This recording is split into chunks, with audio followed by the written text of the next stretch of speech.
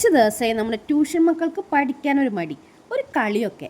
പിന്നെ ഞാൻ വലിയ സ്ട്രിക്റ്റ് ഒന്നും ആവാറില്ല. സ്കൂളിൽ അങ്ങ് കഴിഞ്ഞ് ട്യൂഷന് വരുമ്പോൾ അവിടെ സ്ട്രിക്റ്റ് ആയി കഴിഞ്ഞാൽ കുട്ടികൾക്ക് ഭയങ്കര സ്ട്രെസ്ഡ് ആവും. അപ്പോൾ എവിടെ പറഞ്ഞു നിർത്തിയത്?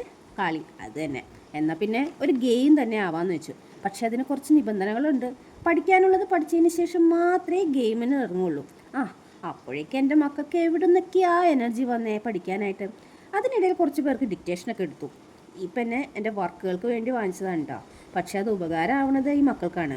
കുട്ടികൾക്കൊക്കെ ആ മനസ്സേ, എത്ര ചെറിയ കാര്യങ്ങൾക്കാണ് അവർ സന്തോഷം കണ്ടെത്തുന്നത്. ഗെയിമിൻ്റെ ടൈം ആയപ്പോഴേക്കും കുറച്ച് പേര് പോയി. ഗെയിം എത്രയേ ഉള്ളൂ. ഞാൻ ഓരോ ആൽഫബറ്റ് പറയും. ആ ലെറ്റേഴ്സ് വെച്ച് ഓരോ ഇംഗ്ലീഷ് വേർഡ്സും ഓരോരുത്തരായിട്ട് പറയണം. ഓരോരുത്തരും ഡിലേ ആവാനും പാടില്ല. ഒരാൾക്ക് 3 ചാൻസ് വരെ ഉണ്ടാവും.